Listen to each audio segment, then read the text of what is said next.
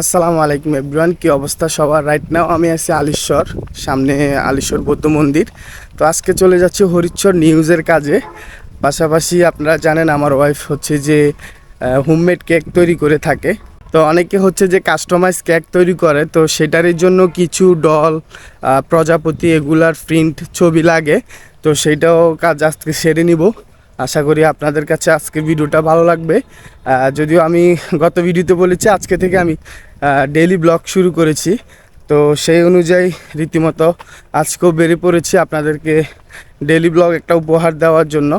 তো আশা করি আমার সাথেই থাকবেন। আর পাশাপাশি কেকটা বিকেলে ডেলিভারি দিব, সেটারও শ্যুট এই ভিডিওতে আপনাদেরকে দেখাই দিব। করে চলে আসলাম লাকসাম জংশন, সাথে আমার সহকর্মী আজার ভাই আছে। ভাই কেমন আছেন? আলহামদুলিল্লাহ ভালো। আমার দর্শকদের উদ্দেশ্যে কিছু বলার আছে?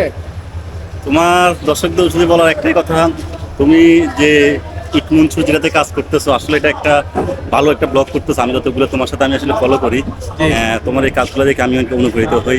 এগিয়ে যাও এবং শুভকামনা রইল। এবং কি যারা ফলোয়ার আছেন এখন পর্যন্ত যারা ইটমনসুর সাথে এখনো পরিচিত নাই, তাদেরকে বলবো যে শীঘ্রই আপনারা একটা ফলো দিয়ে ওদের সাথে ইটমনসুর সাথে থাকুন। সবাইকে শুভকামনা জানিয়ে আজকে আমি এখান থেকেই বিদায় নিচ্ছি।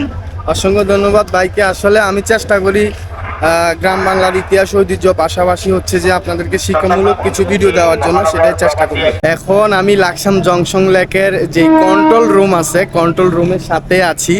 আর উপর থেকে লাকসাম জংশন লেকের লাকসাম জংশনের যদি ভিউটা আপনাদেরকে দেখানোর চেষ্টা করি, দেখেন কি অপরূপ সৌন্দর্য উপর থেকে।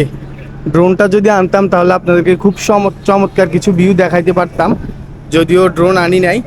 তো ভিডিওটা কেমন লাগছে অবশ্যই কিন্তু কমেন্টস করে জানাবেন। কাছে কিংবা দূরে, দেশে কিংবা প্রবাসে, যে যেখান থেকে আজকে ভিডিওটা দেখতেছেন, ভিডিওটা একটু বেশি বেশি শেয়ার করে দিবেন।